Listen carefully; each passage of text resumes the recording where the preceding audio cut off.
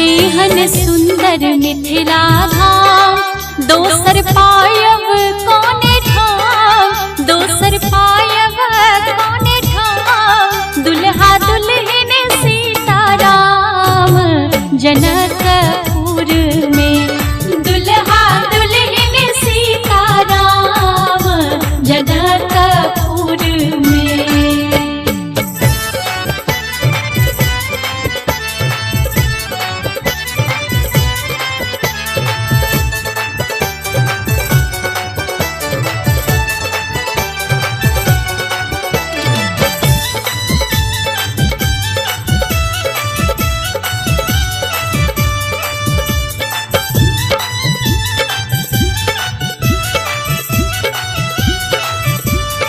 हमने करवै ककरो आस, जखन मिथिला